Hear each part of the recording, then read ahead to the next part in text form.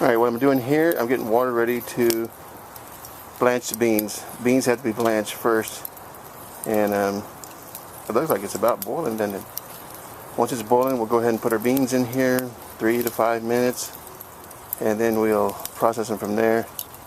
I'm going to cheat a little bit, do some of this inside the house because I want to make sure everything stays kosher.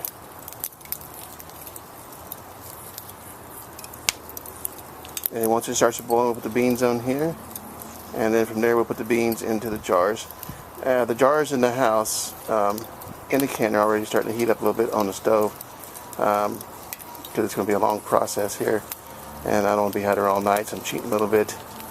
I'm cheating a little bit also that I got a fan going over here, which of course you probably won't have in a Doomsday scenario unless you have solar power and somehow figured out how to get electricity.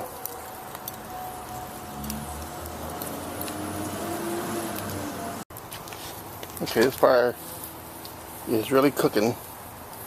Got my beans in here. They'll be blanching here in a few minutes. Once it starts boiling again, I want to give it 3 to 5 minutes. Yeah, that's the kind of fire you want. You want the coals nice and white like that. Of course, if you're going to cook like this, you got you a steak. You might want to throw a steak or two on here. Medium deer steak, goat steak, whatever you might have. No sense letting it go to waste. Of course, you might not have a big as fire as this either. Probably don't need it as big as this. Probably just need a little smaller apparatus will do the job.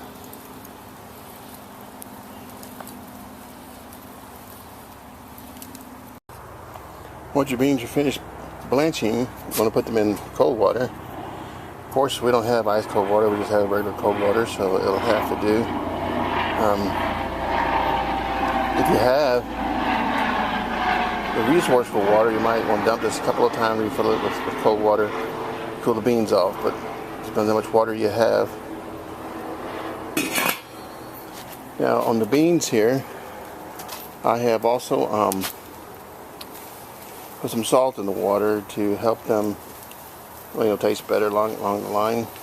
If you don't have salt, or if you choose not to use salt, you can use the water in here to help cook your stuff with, to put it inside your container and to pressure cook these guys with.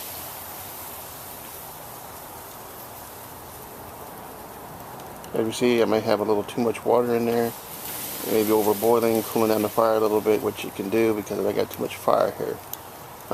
Once you're in the survival mode, you'll become an expert how much heat you need in order to cook stuff. And obviously I have way too much.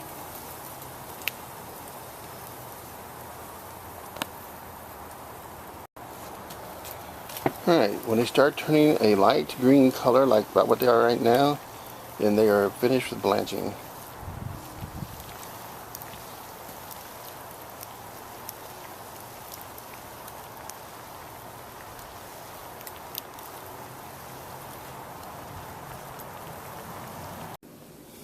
Alright, when you're canning, you're going to need one of these little flotchies. You get a bottle by the lid and pull out the hot water. You need a little spatula to smash the beans down inside with. And this comes in handy to help you put the beans in with. And I'm going to put a few in. Smash them down. Remember, the tighter and the compacter you get them, the more beans you get in the jar, the less jars you use. Plus more you get to eat later down the road. Now this is a quart, and what I was thinking is 4 quarts to a cup, or 4 cups to a quart.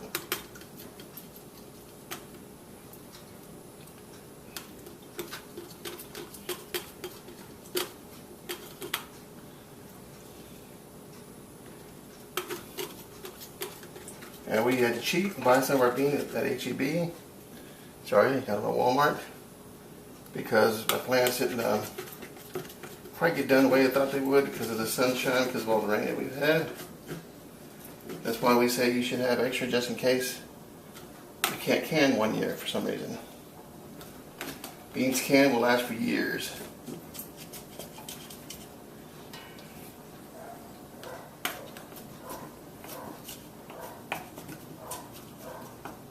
Alright, take it almost to the bottom of the lid here. Leave the lid portion uncovered. I mean, you don't want to fill up all the way, in other words.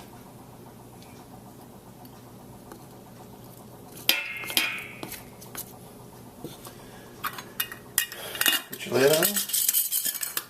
Just a little tight because it's going to, when it pressurizes, it's going to go ahead and close itself all the way down. Okay. And my mate reminded me here, my wife, I forgot to put the water in it.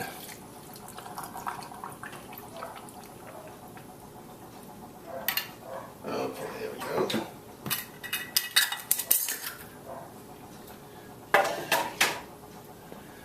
Okay, then we just repeat the process over.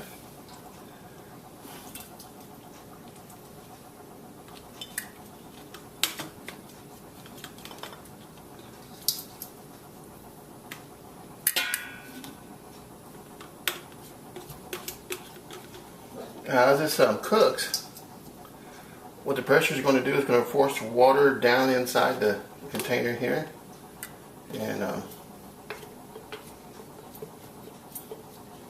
when you turn off the heat, as it cools down, it seals itself.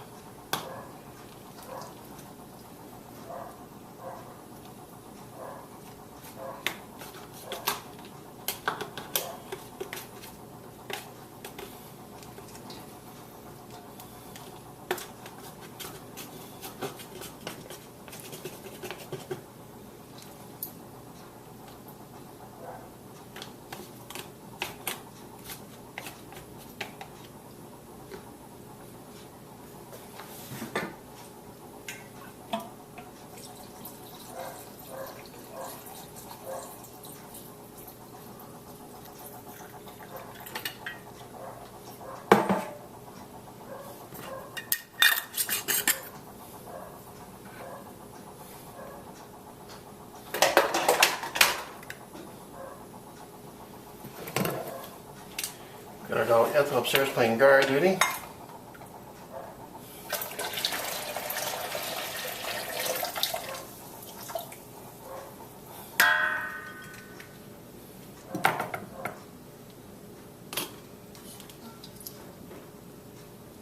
You use a spoon to put them in here, but I just prefer to use my hand. Much faster and easier. Plus, our beans need to be snapped a little bit smaller.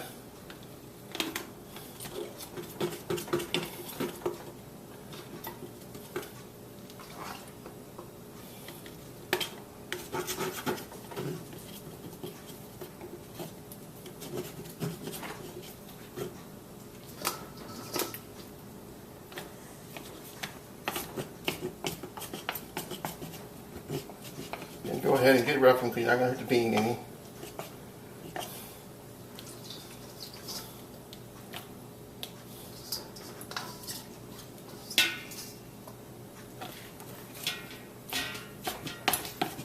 Now when you snap them, the ends that you have left over, you can put those in your compost pile.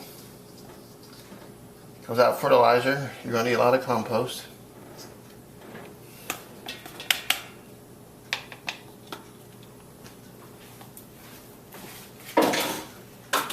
You can put these in the compost, or if you have an Annabelle in your house, you just give them to her, she'll eat them. She likes your green beans.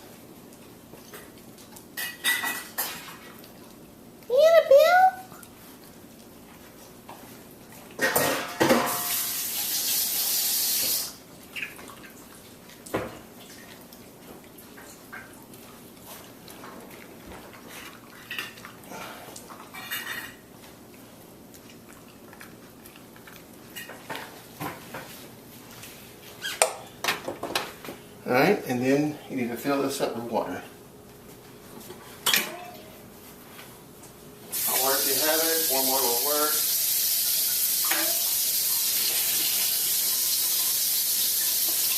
You say you don't want the water to be too cold because you want to make the jars. The ball jars are basically self-destructible. They're indestructible.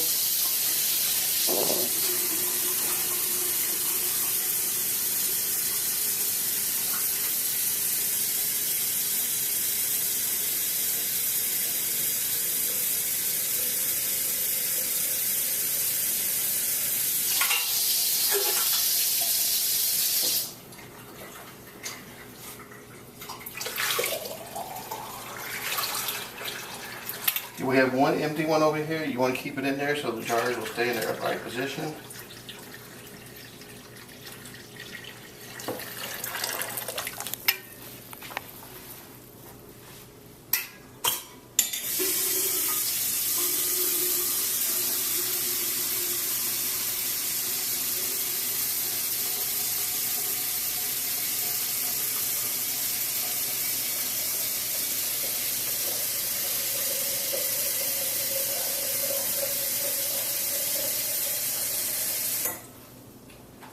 So as you can see, if you're in a doomsday situation, you would need to have a lot of water on hand for this.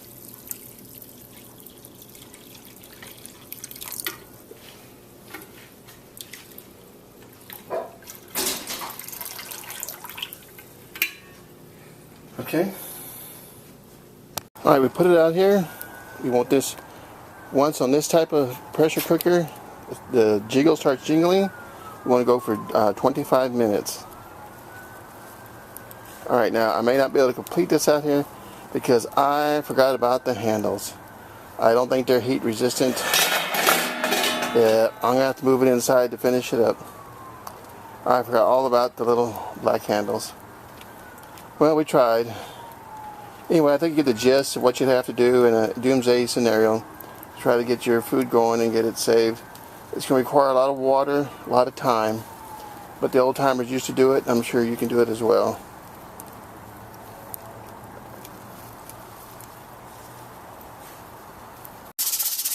Okay, hear that noise? That's what we're looking for. Once we get that going, we can put our machine on 25 minutes.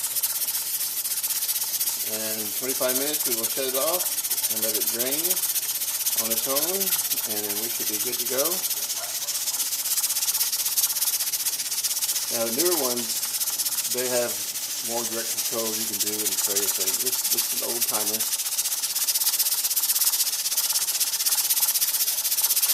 Alright. Here are my green beans.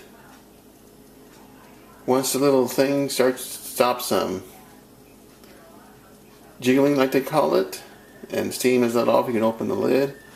But as you see, there's still lots of heat in here. Now we want to wait for these tops to pop down. Once they pop down, it means that they are sealed, and you should be able to just gently screw the lid off. You could take the lid off if you wanted to, but I wouldn't recommend it. We'll take these out very carefully now because they're still pretty hot, and they will cool. As they cool, the lids will pop into place, indicating that the seal has taken place. Alright, this is our finished product. The water's up to the line here where it needs to be, and it's also the right color because remember we put in clear water, so it's got the little green color to it, and the lids are real easy to take off. They just come right on off. You don't need the lid on there anymore. You can take the lid off completely if you want to, and this is down, and you like, that's where we want it. It sucked it on down so that it's not going to pop back up anymore. If it is popped up, it means you didn't do a very good job. Either redo it again or go ahead and eat that. Go ahead and eat that. Go ahead and eat that jar. Alright, well that completes our doomsday bean preparation, only we had to do it on the stove here. Anyway, you'll figure it out if you're in a doomsday situation. Thank you. Bye.